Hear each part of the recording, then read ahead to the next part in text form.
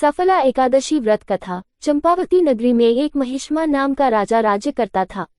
उसके 4 पुत्र थे। उन सब में लुम्पक नाम वाला बड़ा राजपुत्र महापापी था। वह पापी सदा परस्त्री तथा दूसरे बुरे कामों में अपने पिता का धन नष्ट किया करता था। सदैव ही देवता, ब्राह्मण व वैष्णवों की निंदा किया करता था। जब राजा को अपने बड़े पुत्र के ऐसे कुकर्मों का पता चला तो उन्होंने उसे अपने राज्य से निकाल दिया। तब वह विचारने लगा कि कहाँ जाऊं, क्या करूं। अंत में उसने चोरी करने का निश्चय किया। दिन में वह वन में रहता और रात्रि को अपने पिता की नगरी में चोरी करता तथा प्रजा को तंग करने और उन्हें मारने का कुकर्म करता। कुछ समय पश्चात सारी नगरी भयभीत हो गई। वह वन में रहकर पशु आदि को मारकर खाने लगा।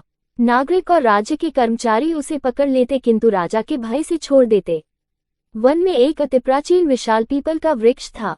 लोग उसकी भगवान के समान पूजा करते थे। उसी वृक्ष के नीचे वह महापापी लुम्पक रहा करता था। इस वन को लोग देवताओं की क्रीड़ास्थली मानते थे। कुछ समय पश्चात पौष कृष्ण पक्ष की दशमी के दिन वह वस्त्रहीन होने के कारण शीत के चलते सारी रात्रि सो नहीं सका। उसके हाथ पैर अकड़ गए।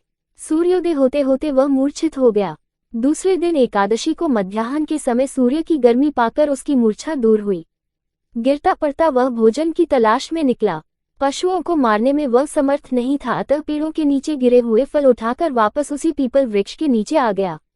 उस समय तक भगवान सूर्य अस्त हो चुके थे।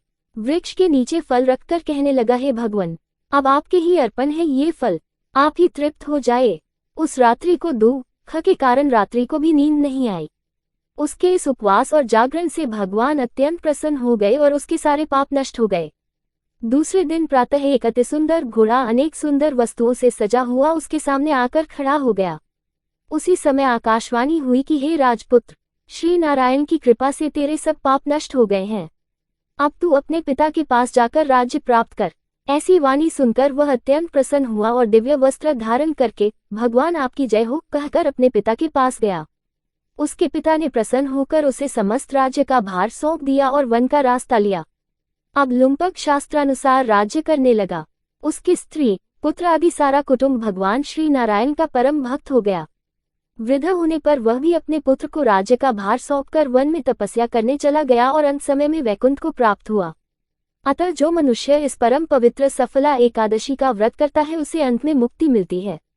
इस सफला एकादशी के महात्म्य को पढ़ने से अथवा श्रवण करने से मनुष्य को अश्वमेध यज्ञ का फल मिलता है।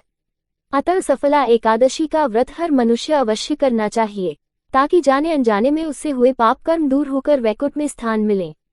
5000 वर्ष तप करने से जो फल मिलता है उससे भी अधिक सफला एकादशी का व्रत करने से मिलता है।